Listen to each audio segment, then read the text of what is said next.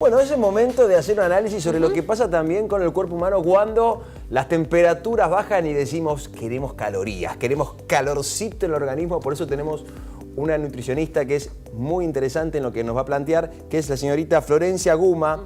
Para entender, Florencia, ¿qué está pasando? Te saludamos con Amanda, soy Mati Vázquez. ¿Qué pasa con el cuerpo cuando bajan las temperaturas? ¿Hay que comer de más? ¿Hay que mantenerse con la dieta balanceada? Hola, buen día, ¿cómo andan? ¿Qué tal, Florencia? Un gusto. Bien, Flor.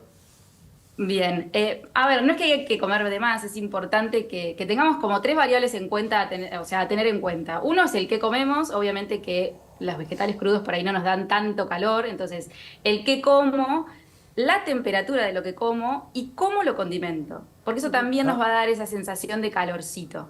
Entonces, en el que como, ir más a aquello que es más de olla, ¿no? O sea, las verduras, por ejemplo, cocidas, empezar a agregar legumbres, más granos, más el guiso por ahí más popular que comúnmente conocemos. Eso es lo que nos va a dar la sensación de calor y obviamente ponemos más alimentos, más grupos de alimentos en una sola preparación.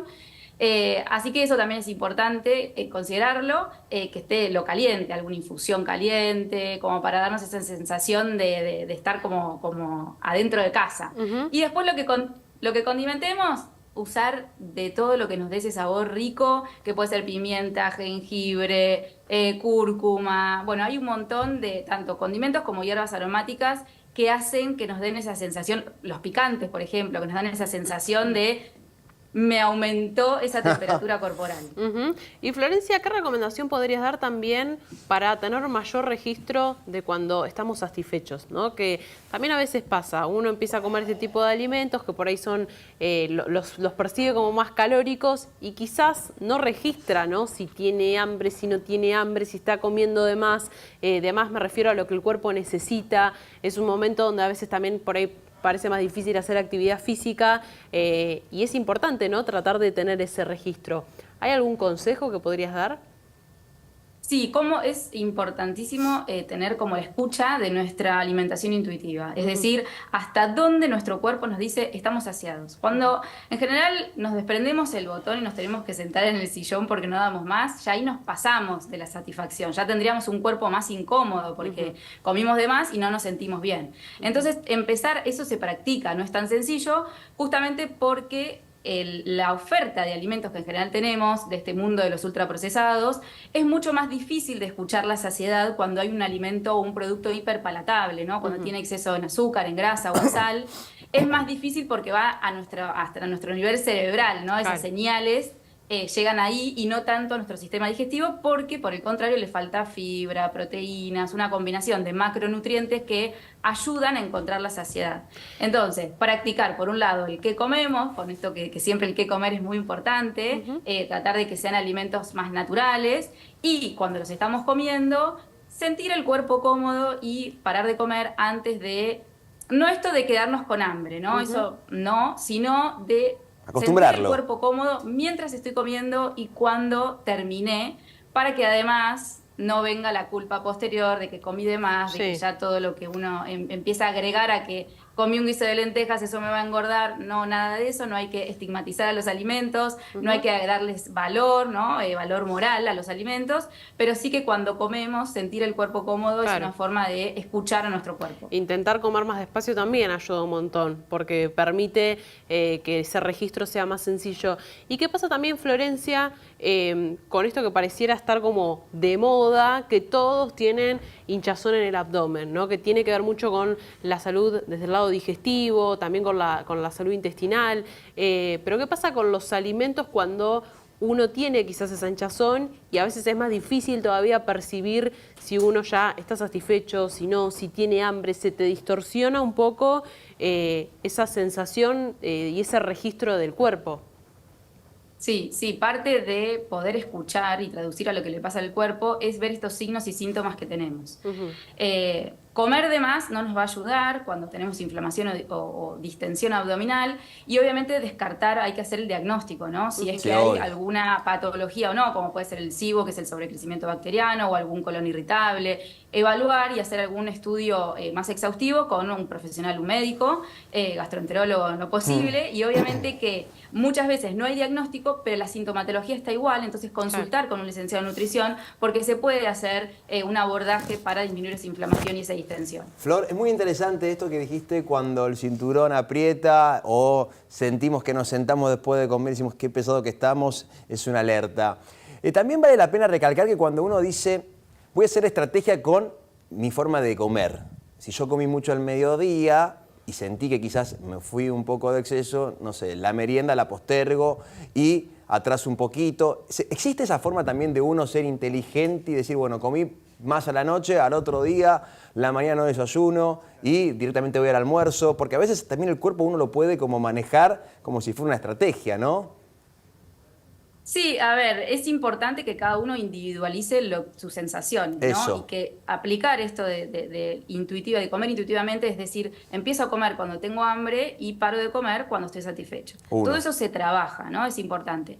Pero eso sería como empezar a imponer reglas, ¿no? Entonces, antes de comer ya estoy pensando en que, bueno, voy a comer más allá, menos acá, y es como complejiza un poco más. Es importante rodearnos de alimentos seguros, es decir, que nos aporten nutrición, que digamos, nos den satisfacción también, tener una base y un patrón alimentario que tenga frutas, verduras, legumbres, granos, carnes, lácteos en el caso de las personas que lo consumen. Para los síntomas gastrointestinales no nos convienen. Cuando comemos eso, empezar a comer no por horarios, ¿no? Esto, tengo que desayunar, no, a ver, ¿tengo hambre? Bueno, en ese caso, eso es buenísimo. Cuando aparezca el hambre, comer alimentos como empezar con las frutas, con algún pan integral, bueno, dependiendo de las individualidades, ¿no? Pero siempre la llave va a estar ahí, en empezar a comer cuando tenemos hambre y parar de comer cuando estemos satisfechos. Esos hábitos... Más allá de lo... Sí. No, esos hábitos que estás marcando, a veces muchos profesionales de la nutrición los ponen en práctica y hay otros que tienen su librito y te dicen, no, sí o sí hay que hacer 5 o 6 comidas, si vos haces gimnasia, actividad física, necesitas eso para construir músculo. Entonces entra como en un dilema el ser humano o la persona que dice, ¿qué hago? ¿Como de más para tener esas 6 comidas, aunque yo aunque coma sanamente y construir lo que necesito para mi organismo, o como cuando tengo hambre? Porque muchas veces uno se obliga a comer o a tomar un suplemento proteico o algo y termina jugando un exceso que te afecta después. Sí, a ver, una cosa es lo popular, las personas que hacen actividad física porque les gusta y que no tienen exigencia, ningún rendimiento deportivo por delante. Está bien lo que lo expliqué. Entonces, pero en el caso de que sí sea un deportista, sí requiere de una intervención nutricional con sus pautas, ¿no? Porque hay determinados objetivos que quieren lograr para aumentar el rendimiento deportivo. Ahí sí hay veces que se hacen distintas estrategias, obviamente, para adaptar la alimentación y que ese objetivo se cumpla.